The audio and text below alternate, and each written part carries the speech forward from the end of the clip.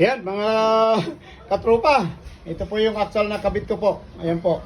Ayan na po, naitari na po yan. May bahay na po. Yan po ang aking actual. Ano po. Ayan po siya. Yun pong kabit pantay mesa ko po. Ayan po. Ayan po ang itsura pong kabit ng pantay mesa. Ayan po. Ayan po siya. Talagang makita nyo po yung pong tari po ay nakasakay po sa kanang parte ng garol. Ayan. So, wag ko kayo mailang pag ganyan ang kabit po. Eh, yan po talaga ang moderno po ngayon. Ayan po sa pagkakabit. Ayan po. So, guys, medyo practicein nyo lang kung anong meron na nasa ituro natin. Para lang hindi na kayo mahirapan. Pinutol ko lang po to kasi para lang makita nyo yung final setup. Ayan. So, pag tingnan lang po ninyo, ayan, saktong-sakto po yan sa side, no? Pag tingnan lang po naman natin sa ibabaw, ayan po, sakay na sakay po talaga. Ayan po.